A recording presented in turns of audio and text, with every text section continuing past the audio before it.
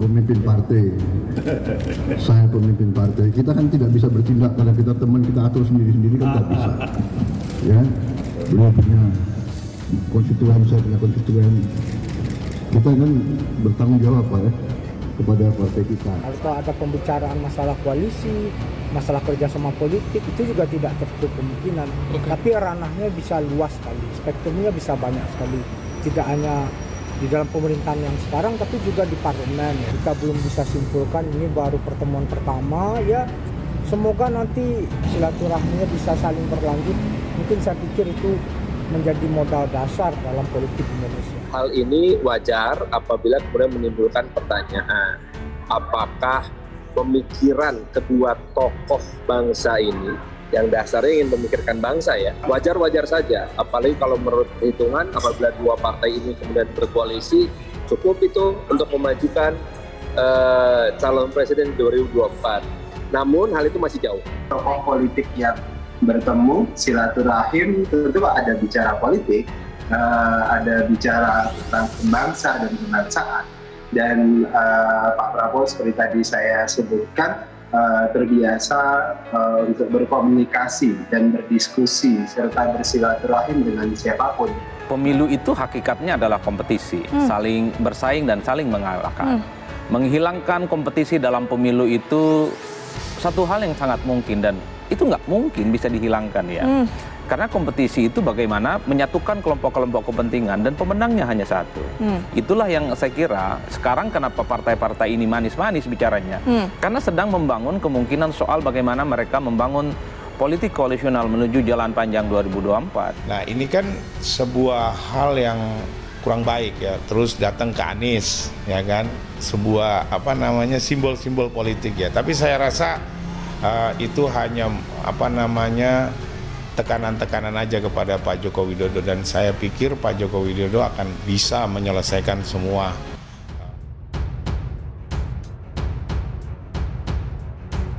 Gerindra dinilai mustahil koalisi dengan Nasdem. Prabowo tak mungkin jadi cawapres Anies. Peneliti Indikator Politik Indonesia Bawono Kumoro menilai mustahil Partai Gerindra bersedia bergabung dengan koalisi perubahan yang dimotori Nasdem, Demokrat, dan Partai Keadilan Sejahtera. Menurut dia, hampir tidak mungkin Gerindra mau mengajukan kadernya sebagai calon wakil presiden Anies Baswedan, sosok yang digadang-gadang menjadi capres koalisi perubahan. Sebabnya, sudah sejak lama Gerindra mengumumkan bahwa ketua umum mereka, Prabowo Subianto, hendak mencalonkan diri sebagai presiden pada pemilu 2024. Keputusan ini tampaknya sudah bulat dan tak bisa diganggu-gugat. Gerindra pun diprediksi bakal berkoalisi dengan partai yang bersedia mengusung Prabowo sebagai presiden. Sementara, koalisi Nasdem, Demokrat, dan PKS kekeh mencalonkan Anies Baswedan. Oleh karenanya, bekerja sama dengan koalisi perubahan dinilai mustahil, apalagi jika Gerindra harus menempatkan pimpinannya di kursi calon RI 2 bersanding dengan Anies. Bawono melanjutkan pencalonan Prabowo sebagai presiden pada pemilu 2024 menjadi agenda besar buat Gerindra. Partai berlambang kepala Garuda itu sangat ingin ketua umumnya menang lantaran pada 3 pemilu sebelumnya Prabowo belum pernah meraih kemenangan. Selain itu, Gerindra juga sangat ingin Prabowo menjadi calon presiden supaya mereka mendapatkan limpahan elektoral atau efek ekor jas pada pemilu mendatang. Sebelumnya, Ketua DPP Bidang Pemenangan Pemilu Partai Nasdem Effendi Khoiri meminta Prabowo Subianto untuk mengajukan kadernya menjadi kandidat cawapres Anies Baswedan. Hal itu disampaikannya jika Gerindra bergabung dengan koalisi perubahan yang tengah dibentuk Nasdem bersama Demokrat dan PKS. Effendi mengatakan koalisi perubahan telah sepakat untuk mengusung Anies sebagai capres. Oleh karena itu, tak mungkin Gerindra yang bergabung belakangan mendorong Prabowo jadi capres dalam koalisi tersebut. Adapun Prabowo telah mendeklarasikan kesiapannya maju sebagai capres dalam Rapimnas Gerindra pada Agustus lalu.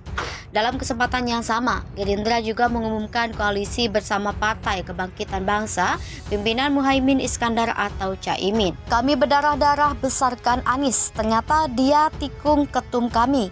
Politisi Partai Gerindra, Rosiade mengungkapkan bahwa banyak kader Partai Gerindra yang merasa kecewa dengan Anies Baswedan karena merasa Anies telah menikung Ketua Umum Partai Gerindra, Prabowo Subianto. Hal tersebut diungkapkan oleh Andre dalam acara Catatan Demokrasi TV One. Andre mulanya menyampaikan bahwa Anies Baswedan bisa menjadi Gubernur DKI Jakarta berkat jasa Prabowo Subianto dan seluruh kader Partai Gerindra. Namun pada saat kini, Anies tengah diusung sebagai capres yang berpotensi menjadi rival Prabowo. Kader Gerindra dilarang untuk mencaci Anies. Anies mengatakan Prabowo sebagai ketua umum mengingatkan agar pemilu 2024 dijadikan pemilu yang riang dan gembira. Prabowo juga berharap seluruh kader Gerindra bisa mendorong calon yang maju untuk menyampaikan program-program. Menurut Andre, Anies tidak memiliki etika karena sama sekali tak menemui Prabowo sebelum memutuskan untuk maju dalam Pilpres 2024. Padahal menurut Andre, Anies bisa jadi Gubernur DKI karena jasa dari Prabowo Subianto. Prabowo memiliki jiwa besar mengetahui sikap Anies yang secara tiba-tiba maju berkampanye sebagai bakal capres tanpa menemui Prabowo. Andre mengatakan, kader Gerindra sangat kecewa bahkan Anies tak berbicara terlebih dahulu ke Prabowo sebelum memutuskan maju dalam pencapresan 2024.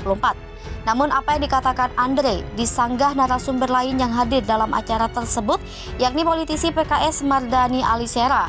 Menurut Mardhani, Anies diusung dan bukan Anies yang menyatakan diri ingin maju. Ketika disinggung apakah Gerindra sakit hati dengan Anies, Andre menepis anggapan itu. Dia mengatakan kader Gerindra hanya sebatas kecewa dengan Anies. Namun meski kecewa dengan Anies, Gerindra menegaskan tak pernah melakukan upaya pencegalan. Tudingan mahasiswa kedatangan Anies Baswedan di Makassar cuma mau kampanye. Kelompok mahasiswa yang menamakan diri Aliansi Aktivis Mahasiswa Makassar melakukan aksi demonstrasi menolak kedatangan Anies Baswedan di Makassar. Mereka menuding Anies berkunjung ke Makassar dan beberapa kabupaten lain di Sulawesi Selatan dengan tujuan kampanye menjelang pemilu 2024. Karena itu, Ainul mengatakan bahwa mereka dengan tegas menolak kedatangan Anies. Apalagi menurutnya kedatangan Anies ke Makassar difasilitasi oleh relawan dan partai politik. Ainul mengklaim pihaknya akan kembali menggelar aksi demonstrasi saat Anies telah sampai di Makassar. Bahkan Ainul menyebut aksi tersebut akan digelar di depan hotel tempat Anies menginap. Sekretaris DPW Nasdem Sulsel Syaharudin Al-Rif sebelumnya mengungkapkan Anies akan mengunjungi sejumlah wilayah di Sulsel seperti Kota Makassar, Kabupaten Maros, dan Pangkep. Anies direncanakan tiba di Makassar pada tanggal 10 November mendatang. Nasdem Sulsel angkat bicara menanggapi aksi penolakan terhadap Anies yang dilakukan sejumlah mahasiswa di Makassar. DPW Nasdem Sulsel angkat bicara. Nasdem Sulsel kembali menegaskan kedatangan Anies semata-mata hanya untuk silaturahmi dengan tokoh masyarakat dan relawan. Asman membantah tudingan Anies datang ke Sulsel untuk kampanye dan kepentingan Pilpres 2024. Dia menyebut saat ini kontestasi Pilpres 2024 bahkan belum dimulai. Demokrat Sulsel maklumi ada penolakan. DPD Partai Demokrat Sulsel juga ikut merespon aksi penolakan kedatangan Anies. Demokrat Sulsel menganggap aksi penolakan itu merupakan hal yang biasa. Ula mengatakan seharusnya masyarakat Sulsel lebih terbuka menyambut tokoh nasional yang datang. Apalagi menurutnya Anies bisa disebut sebagai calon pemimpin. Sementara terkait tudingan kunjungan Anies ke Makassar bermuatan politik, menurut Ula itu juga hal yang wajar. Mengingat Indonesia saat ini sudah mulai memasuki tahun politik jelang pemilu 2024.